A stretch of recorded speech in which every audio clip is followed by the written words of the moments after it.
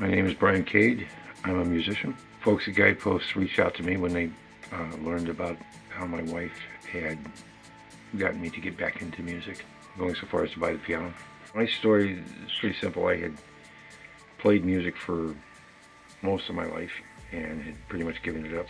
Background in the military, active duty, I was in the band. I left active duty in '96 and went to the National Guard. I had pretty much given it up. When I left active duty in '96, I was done with music. I was just completely done.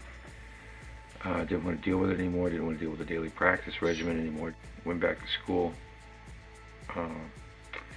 Met my wife. We got married in '06. Went down to my parents' house in Texas. My mother sat down and asked me to play. My wife didn't know I could play. So we sat down at the piano, and my wife decided that we needed a piano in the house back here in Alaska, and pretty much without talking to me about it at all, she started wrapping coins out of the coin jar that we had, and wound up wrapping about $900 worth of coins, and bought this Yamaha piano for me for Christmas the following year of '09.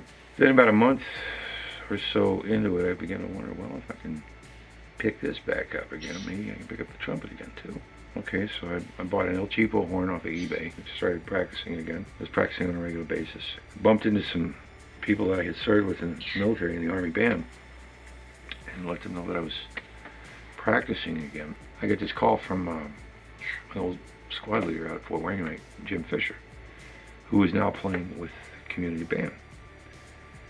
He asked me, and I had told him I was back playing trumpet again. He says, "Would you cover for me for a rehearsal?" I said, "Okay, what part?" He says, "Lead."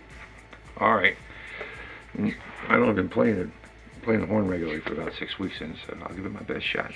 So I showed up at the rehearsal, don't know a soul there. They hand me the lead book, because this is the first, semi-pro gig I've had in, since 1996.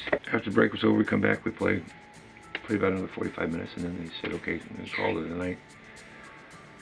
And as people were packing up, the leader of the group walked over and he said to me, "Would you be interested in taking over as the leader of the group?" I said, "Yeah, okay. We're going to do this." And later on that summer, I became the director of the Fairbanks Community Jazz Band.